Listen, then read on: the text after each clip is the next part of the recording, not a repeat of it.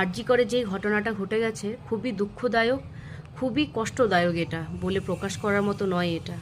তো যারা এই ঘটনাগুলো ঘটায় না, তাদের না লজ্জা, ভয়, থানা পুলিশ কিচ্ছু থাকে না তাদের, মানে ভয় বলতে কিছুই নেই।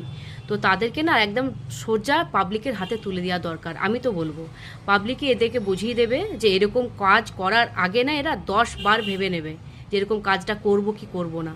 আরও 5টা মানুষও দেখে পরে ভয় পাবে। তাই আমি বলবো পাবলিকের হাতে তুলে দেওয়া। কেন এর আগেও তো অনেক থানা পুলিশ অনেক কিছু অনেক কিছু ঘটনা ঘটেছে, তার মধ্যে অনেক আইন কানুন হয়েছে, এইসব কিন্তু বন্ধ করতে পারেনি, আর আগামী দিনও আশা করি পারবে না। তো এদেরকে ডাইরেক্ট পাবলিকের হাতে তুলে দেন, পাবলিকই এদেরকে বুঝিয়ে দেবে যে কি করার দরকার এই সব নোংরা দুশ্চরিত্র মানুষের সাথে। আর এর এত ঘটনা ঘটার পরও প্রিন্সিপাল কি বলছে, ওখানে গেছিল কেন? ওখানে গেছিল ডিউটি